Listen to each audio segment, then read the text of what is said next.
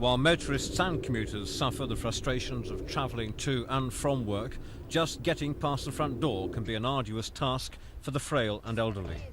The cold, freezing weather takes its toll of the old every winter, but this year, with conditions so bad, even the most active pensioners find just moving about and keeping warm very difficult.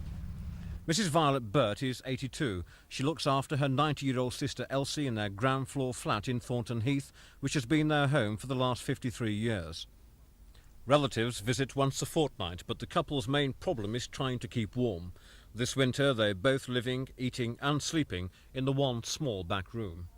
I have had 1.5 tons of COLIN, and that's about 150 a tonne. And of course with my sister we manage between us that way. And then if I don't light the fire early morning, I put the electric stove on over there, see, in the corner. Well, that takes a lot of electricity, high bill. David Hobman, Director of Age Concern, says that these are the worst conditions old folk have had to deal with for many years.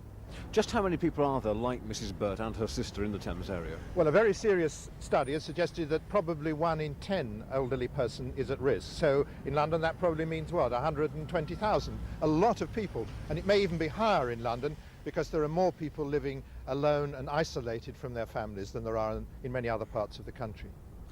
There's lots of advice given to neighbours about looking in on elderly people who live quite close to them. But what can elderly people, old people, do for themselves? Well, the first thing is to conserve the little heat they have, and perhaps to spend more time in one room rather than trying to inadequately heat several rooms. I mean, it's even better to take a bed into a warm sitting room and make the most of the heat they've got. Older people should eat regularly too. It's even more important to eat often than actually eating hot food. And remember the extremities. People like me with balding tops to the heads and the end of fingers, we don't always feel the cold as quickly as it comes, and it's particularly important for older people to cover the extremities. The symptoms of hypothermia are difficult to recognise, especially by those who suffer from it. Any person worried or concerned should call for help from their neighbours or a GP. Colin Baker for Thames News, Thornton Heath.